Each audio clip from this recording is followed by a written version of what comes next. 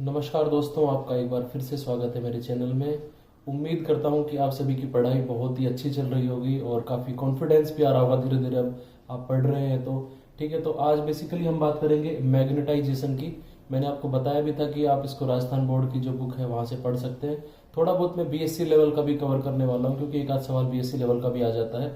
ठीक है, इस टॉपिक में इस लेक्चर में से मान के चलो कि लगभग एक सवाल आने की चांसेस हैं। इस पे मैं दो टॉपिक मतलब दो लेक्चर्स लेने वाला हूँ, मैग्नेटिक जो सब्सटेंसेज होते हैं उनकी प्रॉपर्टीज पे और एक ये मैग्नेटाइजेशन पे। ठीक है, तो आपको ये ढंग से देखना है, इनके नोट्स वगैरह बना सकते हो आप देख के। और बहुत ही आसान है, सीधा सीधा सवाल पूछा जाता है रिलेशनशिप के बारे में, या फिर मतलब उनका डायरेक्ट फॉर्मूला बेस कोई क्वेश्चन आ जाता है। तो आप सबसे पहले जो टर्म्स होती है उनको समझिए, उनके बीच में डिफरेंसेस क्या क्या होते हैं। ठीक है, ज़्यादा इसमें घबराने की आवश्यकता नहीं है, बहुत ही आसान है और आप निश्चित रूप से इसको समझ जाएंगे और कोई दिक्कत नहीं होने वाली है। देखिए, ये टॉपिक इतना बड़ा है, इसमें यदि मैं पढ़ाने लग गया तो मान के चलिए 10 लेक्चर कम से कम खा सकता हूँ आराम से। लेकिन कोई मतलब नहीं, आपका टाइम वेस्ट होगा ना। तो मैं एग्जैक्टली टू द पॉइंट पढ़ा। देखो, मैग्नेटाइजेशन होता क्या है। यदि मान के चलिए ये आपका एक मैग्नेटिक फील्ड का कोई एरिया है, ठीक है, ये मैग्नेटिक फील्ड है यहाँ पे, है ना। इसमें मैं क्या करता हूँ, किसी भी सब्सटेंस को, किसी मटेरियल को रख देता हूँ। मान के चलिए ये आयरन है, ये क्या है, आयरन है। मैंने इसको इस मैग्नेटिक फील्ड में रख दिया है। तो इसमें रखने के बाद क्या होता है कि ये जो मटेरियल्स होते हैं ना, कुछ अपनी प्रॉपर्टीज शो करते हैं कि इनके अंदर जो मतलब इसके पार्टिकल्स होते हैं, जो मैग्नेटिक पार्टिकल्स हैं, वो क्या करेंगे, या तो मैग्नेटिक फील्ड की डायरेक्शन में अलाइन हो जाते हैं। ठीक है, ये मैग्नेटिक फील्ड की डायरेक्शन है इस तरफ मान लो, तो इधर की तरफ अलाइन हो जाएंगे सारे कंपोनेंट्स जो हैं। अदरवाइज क्या होगा, ये सारे कंपोनेंट्स एंटी पैरेलल डायरेक्शन में अलाइन हो जाएंगे। ठीक है, इस तरह से। तो इसकी वजह से क्या होता है ना कि या तो इसके अंदर इसके सपोर्ट करने वाला जो मैग्नेटिक फील्ड होता है वो डेवलप हो जाता है, या फिर इसके अंदर एंटी पैरेलल डायरेक्शन में जो इसको अपोज करेगा वो वाला मैग्नेटिक फील्ड डेवलप हो जाता है इस सब्सटेंस के अंदर। ठीक है, तो जो ये इंड्यूस हो रहा है इसके अंदर जो मैग्नेटिक फील्ड या फिर जो ये कंपोनेंट्स हैं जो मैग्नेटिक वेक्टर के, ये इंड्यूस्ड हो रहे हैं, इसी को क्या बोलते हैं, मैग्नेटाइजेशन प्रॉपर्टी। तब बोला जाता है कि जो ये मटेरियल है ये मैग्नेटाइज्ड हो गया है। ठीक है, इतना सा समझना है, इसके अंदर ज्यादा दिमाग नहीं लगाना है, इस पे कोई सवाल नहीं आएगा। तो अभी नेक्स्ट टर्म जो आती है वो है मैग्नेटिक इंडक्शन।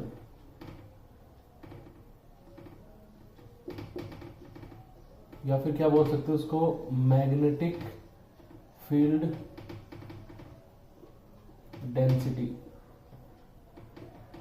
ठीक है, इसको हम रिप्रेजेंट करते हैं किससे, बी से रिप्रेजेंट करते हैं। आपने पढ़ा भी होगा ये 12th में जब पढ़ा होगा। तो मैग्नेटिक इंडक्शन या फिर मैग्नेटिक फील्ड डेंसिटी को हम रिप्रेजेंट करते हैं बी से। ठीक है, इसमें एक्चुअली बेसिकली होता क्या है, आपको पता है कि ये कोई फील्ड लाइन से मान के चलो, ठीक है, ये है मैग्नेटिक फील्ड की लाइन्स है। ठीक, तो ये जो नंबर ऑफ फील्ड लाइन्स है ना, कितनी मतलब कि जा रही है, मान के चलो मैं इतने से रीजन की बात करता हूँ, कितनी लाइन्स जा रही हैं, इन लाइन्स को हम क्या बोलेंगे कि इस एरिया के अंदर ये क्या है, इसके मैग्नेटिक फ्लक्स है। ठीक है, number of lines passing through a area, उसको क्या बोलते हैं, मैग्नेटिक फ्लक्स बोलते हैं। ठीक है, अब मैं बात करूं कि ये जो लाइन्स हैं, नंबर ऑफ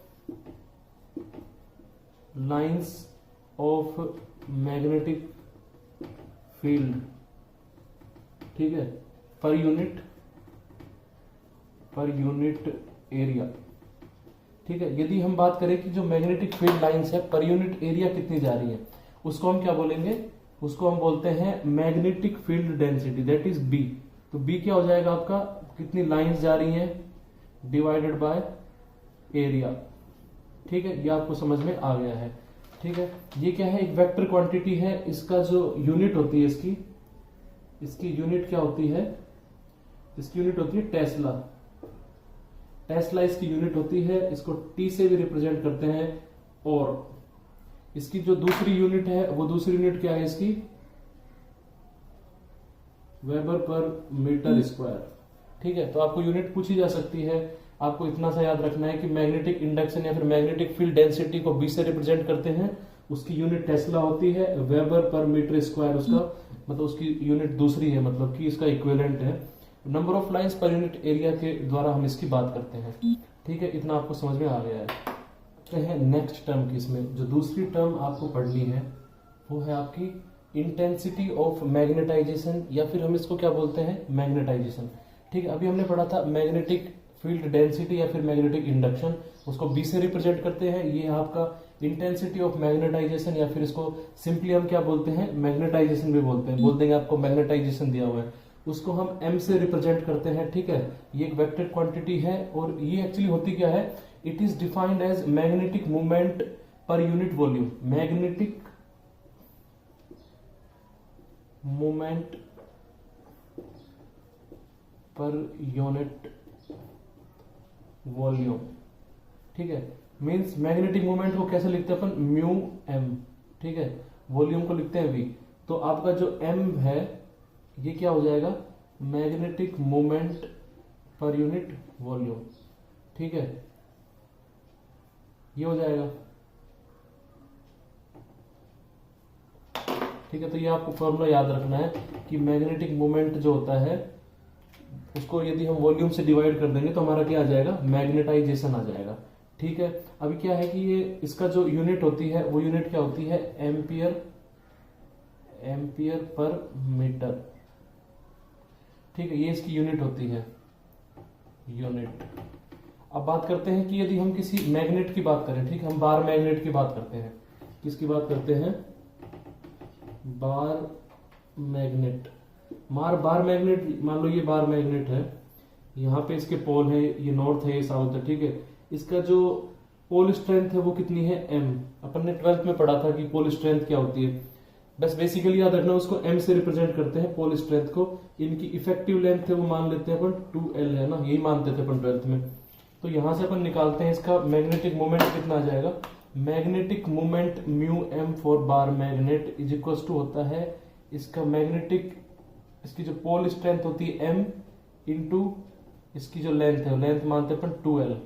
ठीक है, तो mu m is equal to m into 2l हो गया। ठीक है, अब यदि हम इसका मैग्नेटाइजेशन निकालें, मैग्नेटिक जो अपनी ये है बार मैग्नेट, इसका ये कितना आ जाएगा, is equal to mu m कितना हो गया है, m इंटू आपका हो गया है 2l।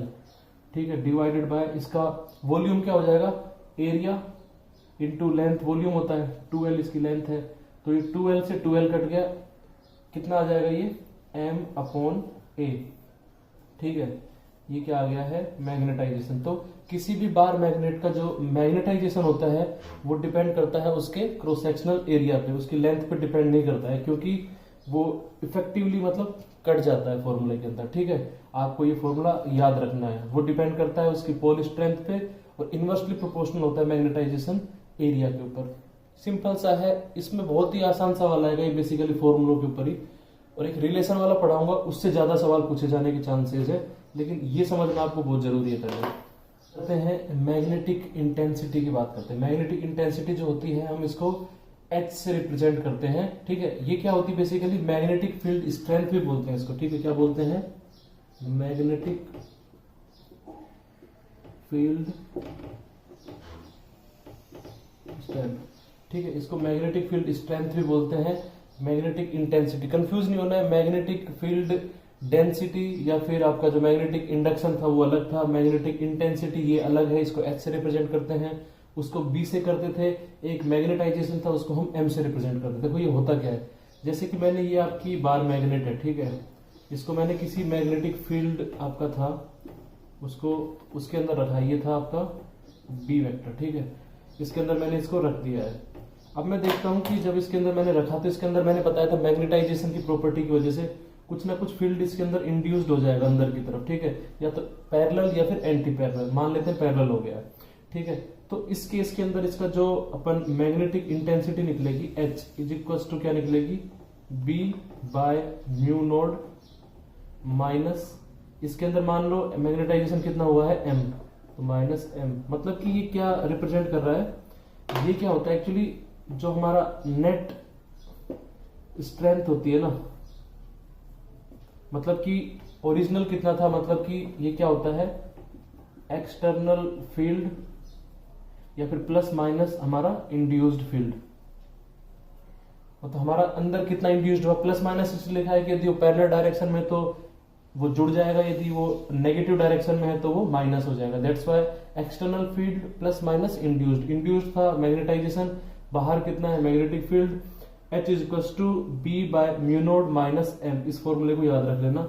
इस फॉर्मूले पे मतलब कि डायरेक्ट पेपर में पूछते हैं कि उनका जो रिलेशन है तीनों के बीच में उसका फॉर्मूला सेलेक्ट करिए, तो आपको ऑप्शन में दे देंगे, एक ये दे देंगे, दूसरा ऑप्शन दे देंगे B is equal to H by mu naught minus M. ठीक है, एक फॉर्मूला ये दे दिया है, तो ये वाला गलत रहेगा, ये सही रहेगा। बच्चे पेपर में कंफ्यूज हो जाते हैं बहुत ही आसान सवालों में। ठीक है, कंफ्यूज नहीं होना है, आपको रिवाइज करते रहना है। मैंने पहले भी कहा था, जो रिवाइज करेगा उसका सिलेक्शन हो जाएगा, नहीं तो नहीं होगा। क्योंकि देखो किसी भी परीक्षा के लिए कम से कम 100 लोग होते हैं, 100 मान के चलता हूँ, 100 लोग होते हैं जो तैयारी कर रहे हैं, जिनके अंदर से क्या है 50 लोग जो होते हैं वो थोड़ा ठीक ठाक तैयारी करते हैं, और उनके अंदर से क्या है कि मान के चलिए आप 25 के आसपास ऐसे लोग होते हैं जो लोग मतलब कि अच्छे से तैयारी कर लेते हैं, और उन 25 में से मान के चलिए कोई 5% ही लोग होते हैं जो मतलब कि क्या करते हैं, रिवाइज करते हैं, और जो रिवाइज करते हैं उनका सिलेक्शन हो जाता है। थोड़ी बहुत किस्मत भी मैटर करती है कि कैसा सवाल आया, आपने पढ़ा नहीं पढ़ा, लेकिन आपको इस कैटेगरी में आना है तो इसके लिए सबसे सोचो सीधा 25% से 5% आने के लिए रिवाइज जो है वो सबसे जरूरी है, नहीं तो कोई मतलब नहीं है, आप सब साफ हो जाएगा।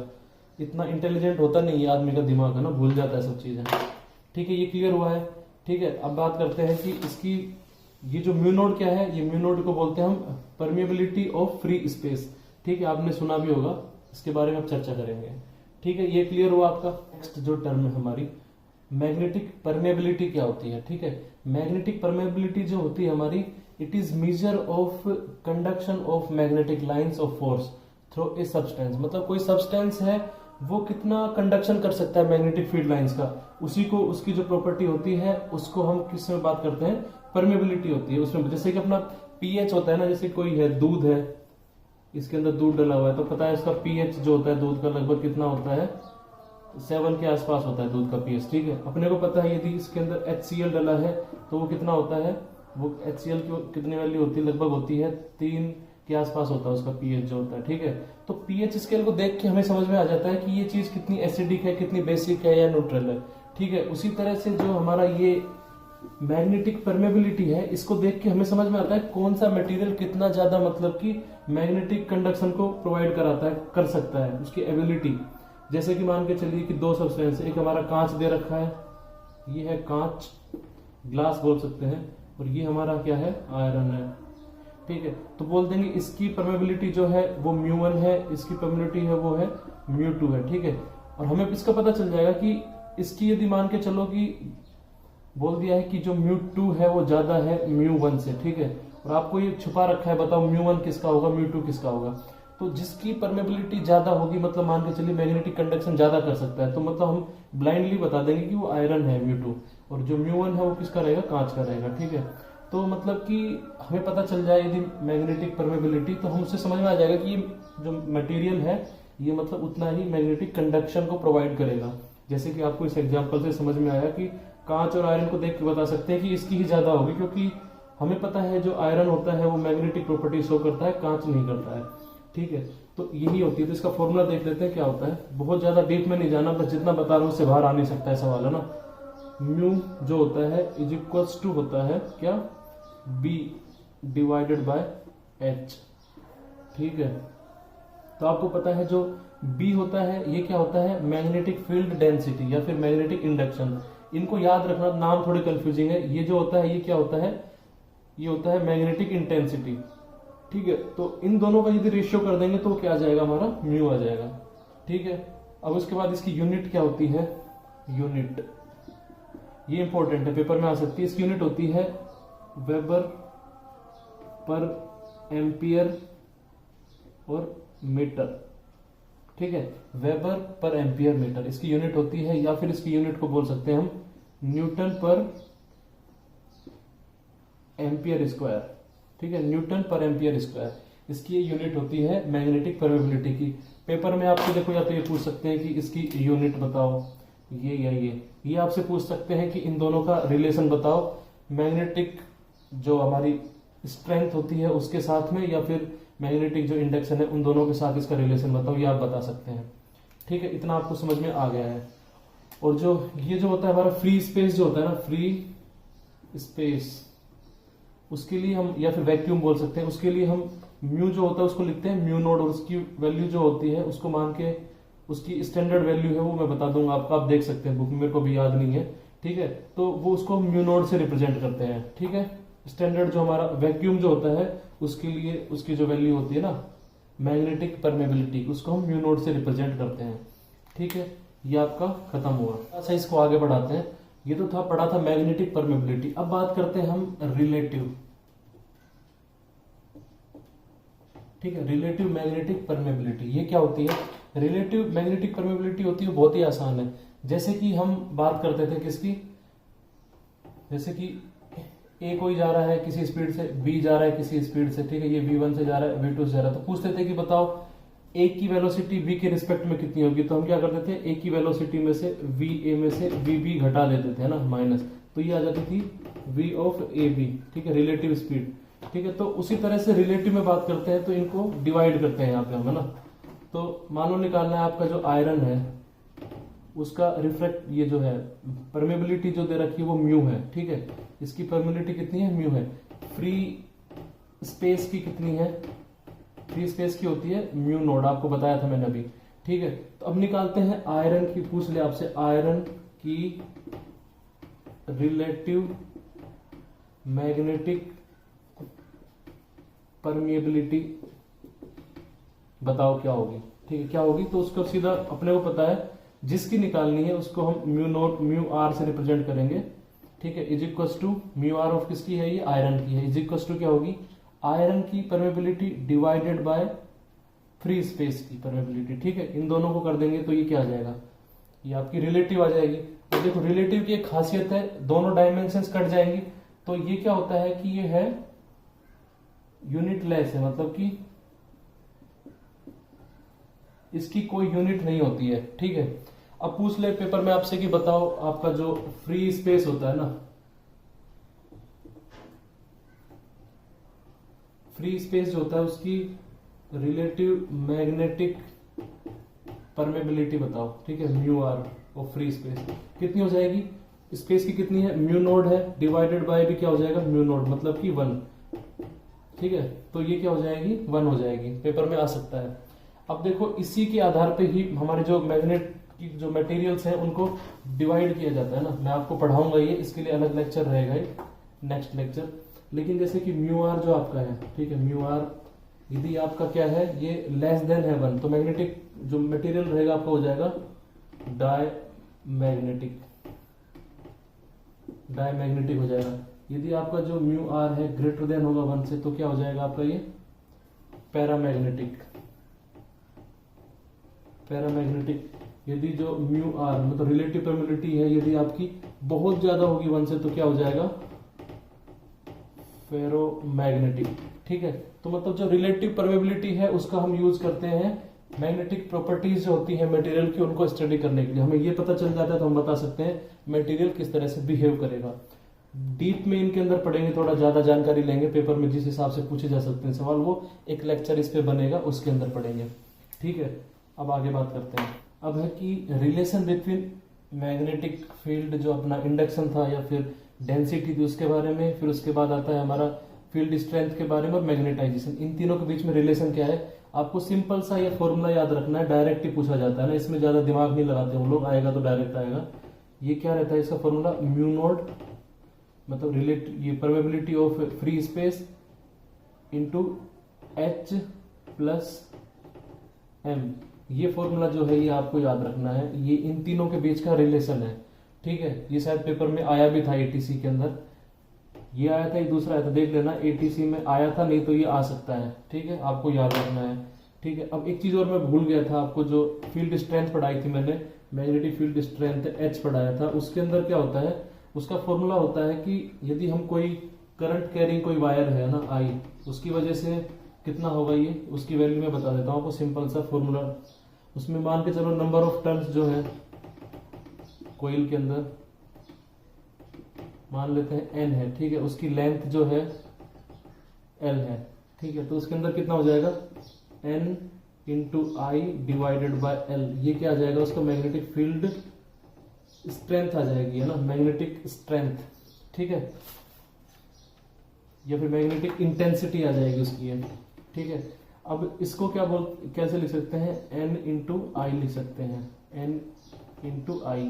तो n क्या हो जाएगा यहाँ पे, n हो जाएगा number of turns per unit length, ठीक है, number of turns per unit length.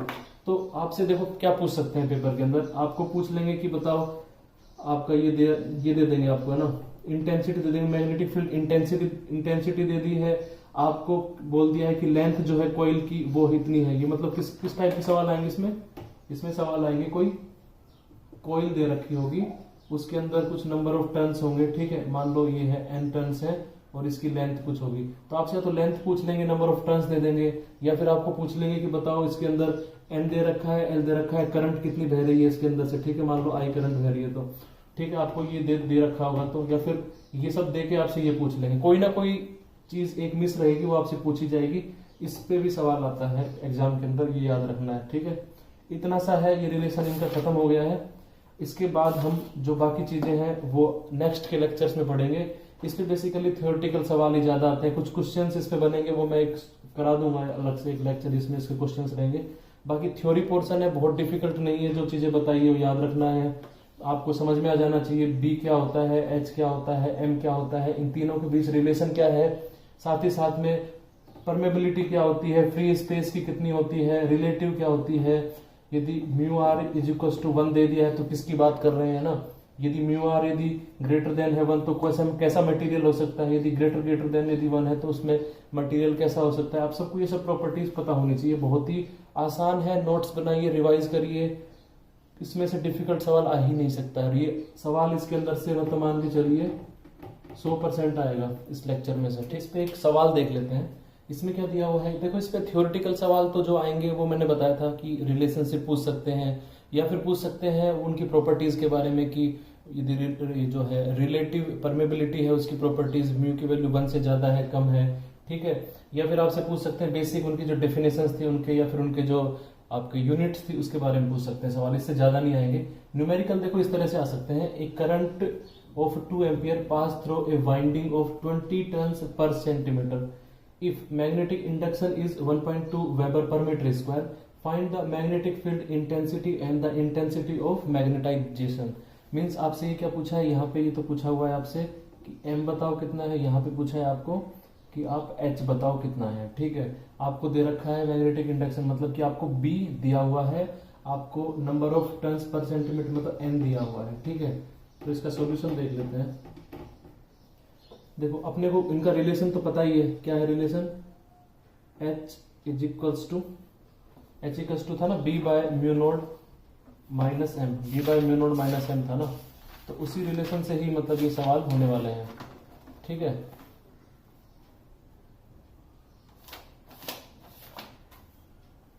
H is equals to B by mu naught minus M, ये वाला था, ठीक है। तो हमें पता है यहाँ पे B पता है हमें यहाँ पे, ठीक है। उसके बाद हमें म्यू नोड पता है, जो परमिबिलिटी रहती है वो, M निकालना है यहाँ पे और H निकालना है। तो H देखो, H के लिए हमें पता है कि यहाँ पे करंट H का निकाल सकते हैं किससे, H इक्वल्स टू होता है N इंटू आई, ठीक है। I पता है हमें, N number of turns per unit length कितना है 20 है, लेकिन ये क्या दे रखा है पर सेंटीमीटर दे रखा है, तो इसको मीटर में बदलेंगे तो इंटू 10 टू द पावर, नीचे करेंगे 10 टू द पावर माइनस 2, तो ऊपर आ जाएगा ये, तो इसको हम क्या लिख सकते हैं यहाँ से 10 टू द पावर 2, तो ये कितना आ जाएगा 2000 आ जाएगा n की वैल्यू, ठीक है। इसको हम i से मल्टीप्लाई करेंगे तो हमारी h की वैल्यू आ जाएगी, h की वैल्यू को यहाँ रखेंगे, b की वैल्यू पता है, इसकी वैल्यू पता है, हम m निकाल देंगे, ठीक है। तो इसमें सारी चीजें निकाल सकते हैं, बहुत ही आसान था, कोई दिक्कत नहीं है, ठीक है। तो आप लोग तैयारी करते रहिए, तैयारी करोगे तो सिलेक्शन होगा, रिवाइज करिए, हिम्मत मत हारिए, क्योंकि सबके लिए डिफिकल्ट है। फिजिक्स किसी ने नहीं पढ़ा था, 12वीं के बाद सब लोग इंजीनियरिंग में चले जाते हैं, सोचते हैं मेरी तो इलेक्ट्रॉनिक्स ब्रांच है, फर्स्ट ईयर में कोई पढ़ता नहीं है, हवा में उड़ते हैं सभी लोग, ठीक है। तो घबराना नहीं है, सिलेक्शन हो जाएगा, कोई बड़ी बात नहीं है।